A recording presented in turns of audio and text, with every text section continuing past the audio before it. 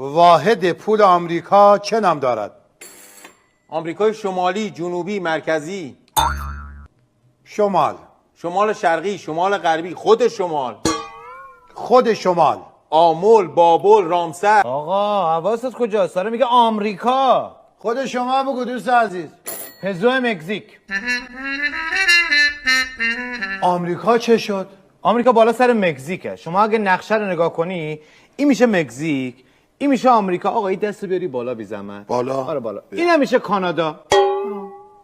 دستت بنداز تا نیامدم اونجا بشم خونید. چه قشنگم داره توضیح میده. راهنمایی میکنم. توی کشور ما توی 1 سال گذشته چه چیزی خیلی بالا رفت؟ تورم، سرقت، طلاق، قیمت خودرو، قیمت مسکن، سود وام بانکی، همه اینایی که گفتین خلاصه میشه در یک چیز. فشار خون، بایو